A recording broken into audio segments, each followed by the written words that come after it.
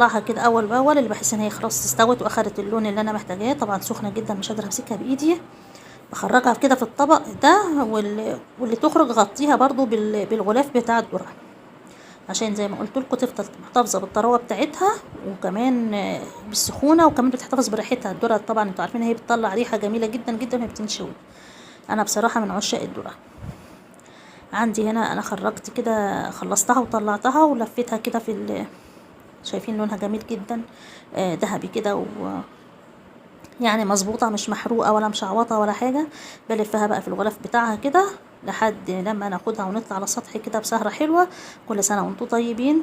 يا رب الفيديو النهارده يكون عجبكم نال رضاكم. لو عجبكم بقى يا ريت تدعموني باللايك والاشتراك وتفعيل الجرس عشان يوصلكم كل جديد. والسلام عليكم ورحمه الله وبركاته.